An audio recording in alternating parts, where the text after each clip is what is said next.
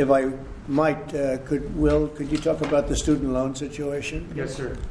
So later this afternoon, we're going to have prepared for your signature an executive order dealing with the Public Service Loan Forgiveness Program.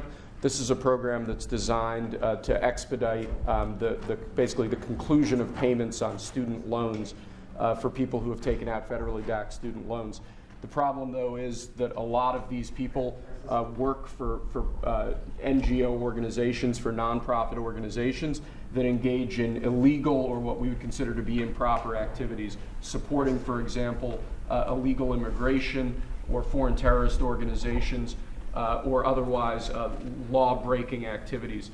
So this executive order will direct your Department of Education and Department of the Treasury to basically bring about modifications to the Public Service Loan Forgiveness Program in order to ensure that people who are engaged in these sorts of activities can't benefit from a program that's really not intended to support those sorts of things. And what are the consequences if they are not good? The consequences would be that they wouldn't get forgiveness of their student loans as they would be eligible for if they were working for the government or a normal nonprofit that's not violating the law. All right. Any questions on that?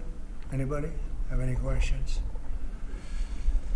So we'll talk about the manufacturing turnaround, and it's been very early, but it's pretty significant. The numbers were much better, as you know, than projected by the media, and a little surprising actually how strong, how fast, because we have many companies are moving into our country. As you probably know, it's a statistic that everyone talks about, but nobody seems to have done much about. Since the beginning of NAFTA, there's been 90,000 plants and factories closed in this country. Think of that. 90,000 plants and factories have been closed in this country. Many of them have been car manufacturing plants. And that's a terrible statistic, and we'll be turning that around. You're going to see it already. We already have numerous that are being built or starting to be built, and numerous that were being built in other countries, and they stopped, and they're coming here now because of the tariffs. And that's a big deal. That's what you want to hear. During the last year, the Biden administration saw a loss of more than 110,000 manufacturing jobs, or 9,000 manufacturing jobs every single month. It averaged about 9,000 a month, 110,000 manufacturing jobs. During the first full month in office, we've not only stopped that manufacturing collapse, but we've begun to rapidly reverse it and get major gains. We created 10,000 manufacturing jobs in February alone. That hasn't happened in a long time. And these aren't government jobs, which actually we cut.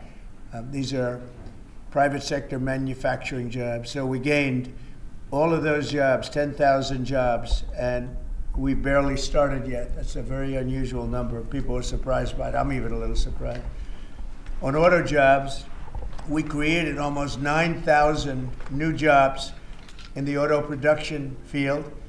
And the reason for that is largely they think things are happening, so they're already geared up. In some cases, they had rooms in their plants, or they had empty plants that they were able to put into use quickly because they see because of the tariffs, they don't want to be dealing with other places, and they don't want to go back and forth and around and through the borders and across Mexico border and Canada border and all that. They want to have the jobs in one location. And they've had space, and if they had space, they were able to create the jobs almost immediately. In some cases, they'll be building plants to take care of those jobs. So we created 9,000 new jobs already in the auto production, auto parts manufacturing. So we want the auto parts ideally, and I think from a simplicity standpoint too, to be built and made in the United States. It's in a single month. That all took place in a single month, 9,000 new auto jobs. You haven't heard that in a long time. After auto workers lost more than 27,000 auto jobs in the final year of Biden. These are also high-paying jobs. These are very prime jobs. The ISM Manufacturing Survey and the S&P Manufacturing Survey have also confirmed that our administration is presiding over a brand new domestic manufacturing boom after major collapse under Biden. It was a collapse. All he did is keep adding new government jobs, which are not the jobs you want. We're trying to shrink government and grow the private sector. That's what we've been doing. Under the final 2 years of Biden, 1 in every 4 jobs created in America was a government job. That's a tremendous percentage. But under the first full month of President Trump, which we haven't even gotten started yet, an incredible 93% of all job gains were in the private sector. So that statistic just came out. Big gains for native-born Americans. For the first time in 15 months, the job gains for native-born Americans, for American people born in America, exceeded job gains for migrant and foreign-born workers. This is the first time that's happened in more than 15 months. Employment for native-born workers went up by 284,000, while foreign-born workers went down by 87,000. Now, you've heard the same stat where foreign workers were taking up all the jobs or almost all the jobs. In some cases, literally all of the jobs. And now it's 284,000 native-born jobs here, people born in our country, 284,000, while foreign-born workers went down by 87,000. First time that's happened in a long time. So these are incredible numbers, and they're very early. I mean, we're here for 5 weeks, but we have been talking about it since the big win in November 5th. So a lot of these people, they listen to us speak and they say, well, I'm going to gear up, and they're gearing up. And so they've been gearing up. They've had a little time. It's not just 5 weeks. It's 5 weeks plus a few months. And they put it into effect pretty quickly. They have confidence that what I'm saying is going to happen. So with that, I'd like to ask a highly respected gentleman, Kevin Hasset. He's been with us for a long time, and he's been right about a lot. We had the greatest economy in history in the first term, and Kevin was a big part of it. So Kevin, could you maybe give it a little description, please? Yeah, thank you very much, Mr. Trump. I think that the 3 things that you emphasized during the campaign is that you wanted to create domestic, high-paying manufacturing jobs, that you wanted to end wasteful government spending and reduce the unproductive government workers, and in fact unleash them into the private economy where they could be more productive, and to create jobs for Americans. A lot of people said that if you deported illegals, the employment would go down because no Americans would take those jobs. And if you look, 280,000 American-born folks were hired, manufacturing jobs are going up. And this is just out of the expectation of your future policies, really, sir. It's in April when your Reciprocal Trade Act is expected to happen. The tax cuts haven't passed yet. And so people are clearly expecting the golden age. And if you want to forecast the future numbers, everybody, just keep in mind that President Trump has already gotten us $1.7 trillion in commitments of new factories. And those haven't even happened yet. Those aren't even in the numbers. And so I expect this is going to be a glimpse of a golden age to come, sir. Thank you very much. One other thing, in Canada, we find that they're charging us over 200% for dairy products. You know about that. And when I left, we had that well taken care of, but under Biden, they just kept raising it. Very difficult to deal with, the Canadian representatives. 250% for dairy products, tariff. So where do you hear that? You don't hear that. They have a tremendously high tariff. Give you the exact numbers in a little while coming out, on lumber. So they sell us lumber. They have a tremendous tariff. They make it impossible for us to sell lumber or dairy products into Canada, but our numbers are a tiny fraction of that, almost non-existent. And what we're doing is freeing up our forests from the environmental nonsense that they put on them, where you can't cut down a tree. And we have to cut down trees in order to build the firewalls. And those trees are sold, but we're freeing it up on an emergency basis because Canada has been ripping us off for years on tariffs for lumber and for dairy products. 250%, nobody ever talks about that. 250% tariff, which is taking advantage of our farmers, so that's not going to happen anymore. They'll be met with the exact same tariff unless they drop it, and that's what reciprocal means. And we may do it as early as today, or we'll wait till Monday or Tuesday. But that's what we're going to do. We're going to charge the same thing. It's not fair. Never has been fair. and they've treated our farmers badly. Look, our country's been ripped off by everybody, and that stops now. I had it stopped in my first term, and we're going to really stop it now because this has been very unfair. Our country, from an economic standpoint, and financial standpoint, and a trade standpoint, has been absolutely ripped off by almost every country in the world. Canada, Mexico, and then you just go right down the line. India charges us massive tariffs, massive. You can't even sell anything into India. It's almost restrictive. It is restrictive. You know, we do very little business inside.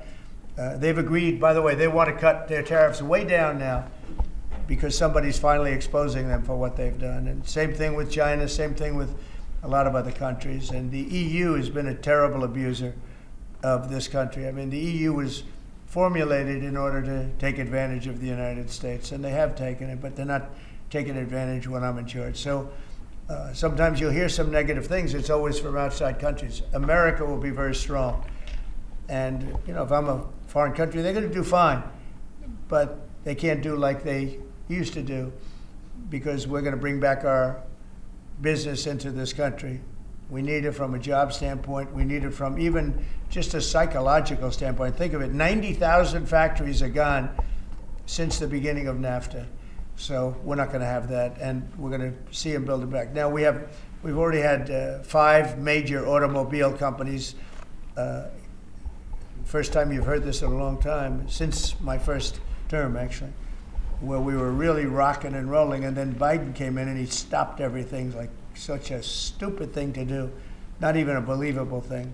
But we have many auto plants now coming in. We have big chip plants. We have the biggest chip company in the world, most powerful, probably one of the most powerful companies in the world.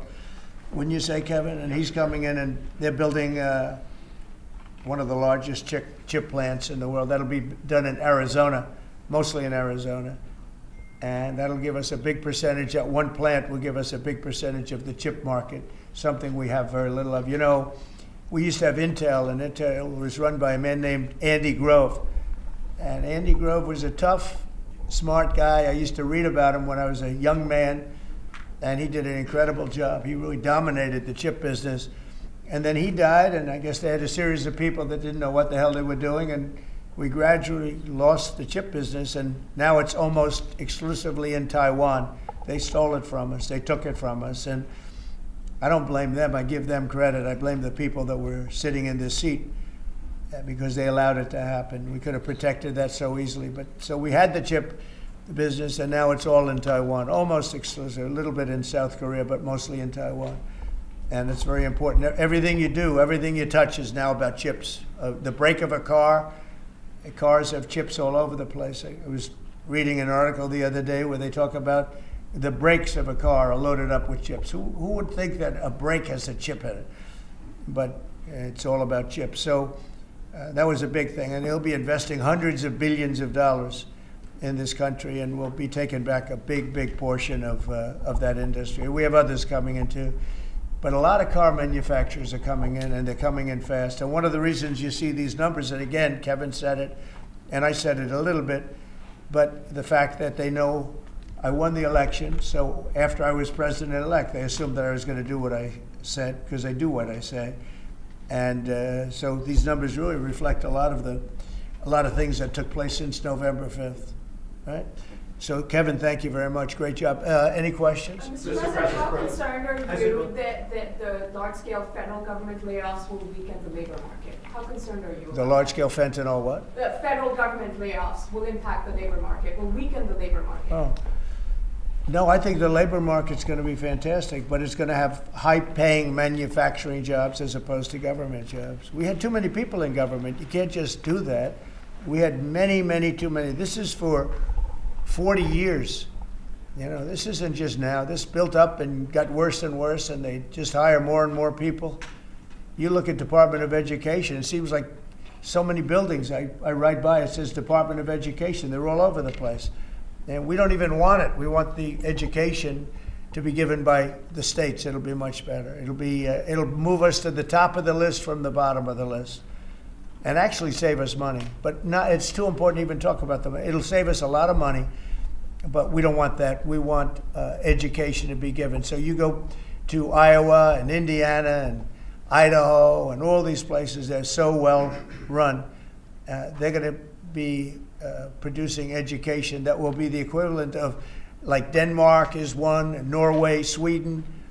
Actually, China is one of the better in terms of education, and so we can't blame size anymore. You know, China has 1.4 billion people, but they're very high on the list. The one thing we're doing well on, we're number one on the list, is cost per pupil. We spend more money than any other country in the world by far. So I jokingly say the one thing we do well on is the cost. We spend more money, and yet we're toward the bottom of the list. Yeah. Mr. President, I want to ask you, the joint address, millions of Americans watched your joint address earlier this week where you warned that there could be a little disturbance that Americans could feel as a function of these taxes, these tariffs. How much disturbance are you willing to accept in the near term as a function of that? And to set expectations, how long should Americans expect things to cost a bit more? Well, so far, Peter, there hasn't been very much because these numbers are coming out. We're here for just a little over 4 weeks. And these are fantastic numbers. I was watching some of the reports this morning. They were surprised. There could be some disturbance, a little bit of disturbance. I solved a little bit of that because I have respect for our auto companies, and I gave them a little bit of a 1-month reprieve because it was unfair, although I'm sure they'll take advantage of it. I see they're driving a lot of cars into the U.S. to try and avoid the tariffs, and they're taking advantage of it a little bit. But they called me, they asked me, they said, could they have a little bit of help? And I decided, they're American companies, USMCA, and I let them have that. But this really kicks in, the reciprocals, kicks in on, let's see, I guess the 2nd. And I wanted it to be the 1st so badly, just didn't want to be on April Fool's Day. So I made it the 2nd. That's going to cost a lot of money. That one day is going to cost a lot of money, but that's okay. But I don't see it. I don't see anything. I see good reports. I think we're going to have good numbers from the beginning. Now, globalists won't love this because this brings jobs back to America. So if they're coming back to America, maybe you'll lose some in other parts of the world.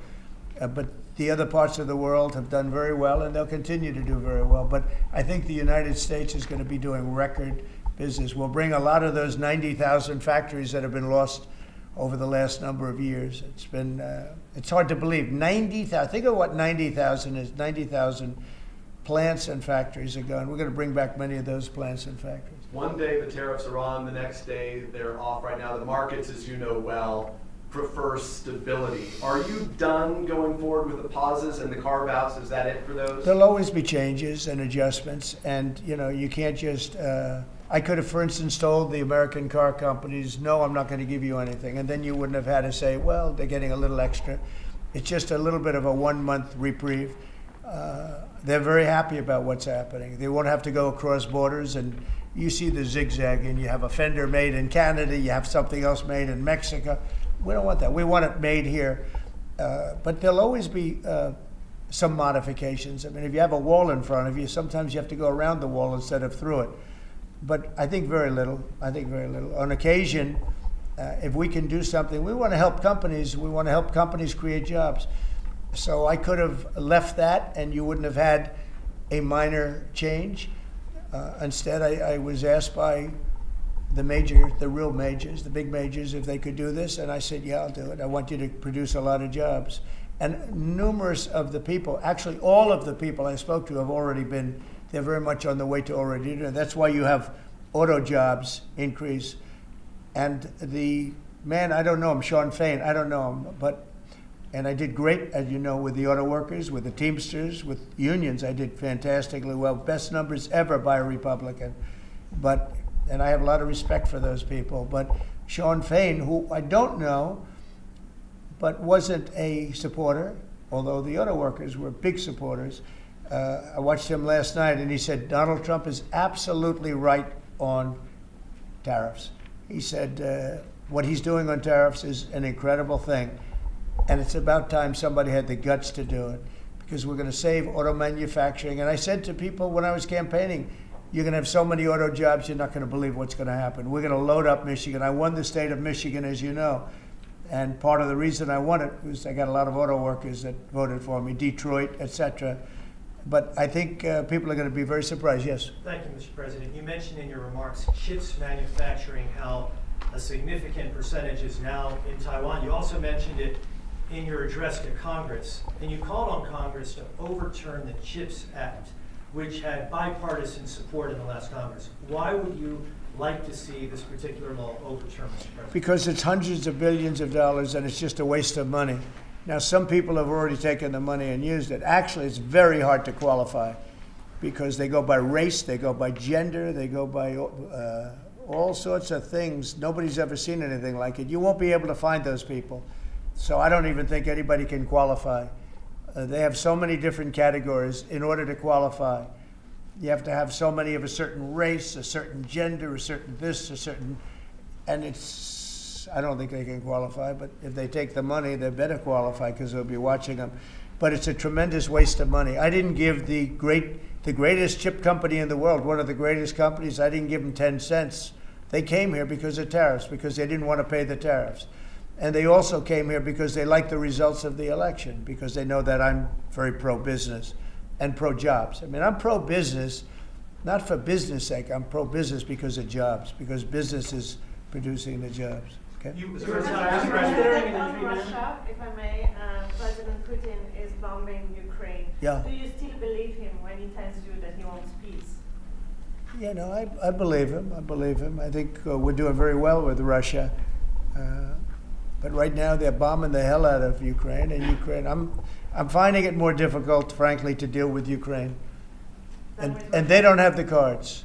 They don't have the cards. As you know, we're meeting in Saudi Arabia on sometime next week, early.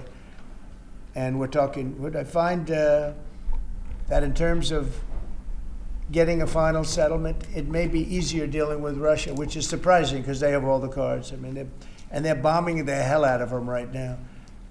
And I put a statement in, a very strong statement. Can't do that. You can't do that. Mr. President. We're trying to help them. And Ukraine has to get on the ball and get a job done. Michael, could you come up here? I see Michael back there. Good, I'm glad. He's traveling all over the world. I just saw him come in the door. Yeah, Could you give a little definition of what's going on, please? Sure. Well, the president has been crystal clear, and he's been clear to all sides. The fighting has to stop. Both sides need to get to the table. We had a good engagement.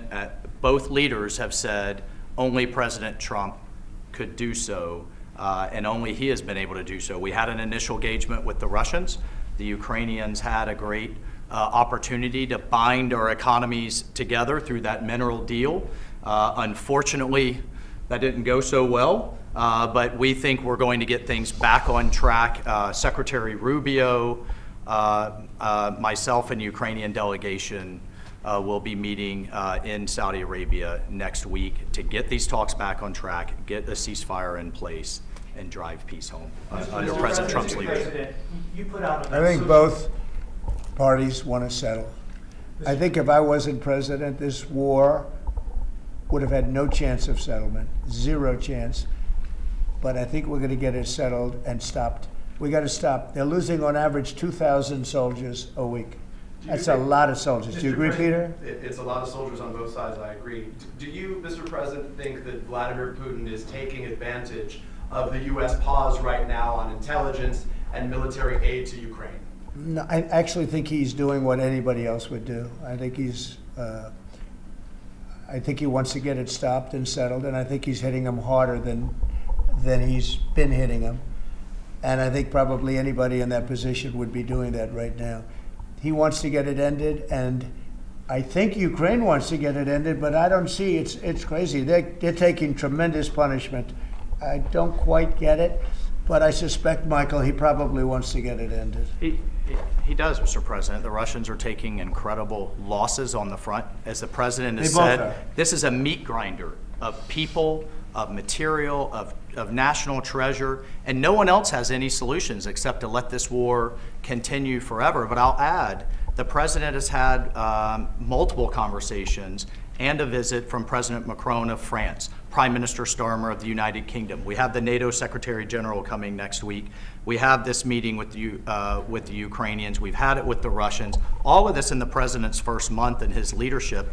We will engage in the shuttle diplomacy, and we will continue to use his leadership and what leverage we have to get both sides of the peace table. It's not going to be easy, but President Trump... This war should have never happened. It would have never happened if I were president.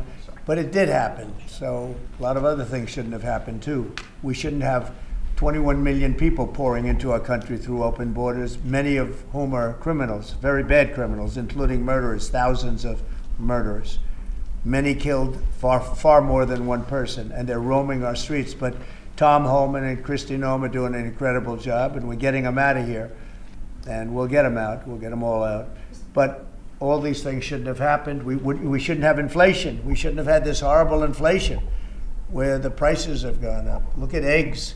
So we're doing a good job. We're doing a good job. Mr. President, in regards to the pause on military assistance to Ukraine, you put out on your social media post today that Russia is pounding Ukraine. That's right. Why not provide Ukraine with air defenses? And what happens, Mr. President, when Ukraine runs out of the Patriot missile batteries? Good question. Because I have to know that they want to settle. I don't know that they want to settle. If they don't want to settle, we're out of there because we want them to settle. And I'm doing it to stop death, more important than anything else. Secondarily, way down the line is the money. So we're in for $350 billion, and Europe is in for $100 billion. They should be in for the same or more than us.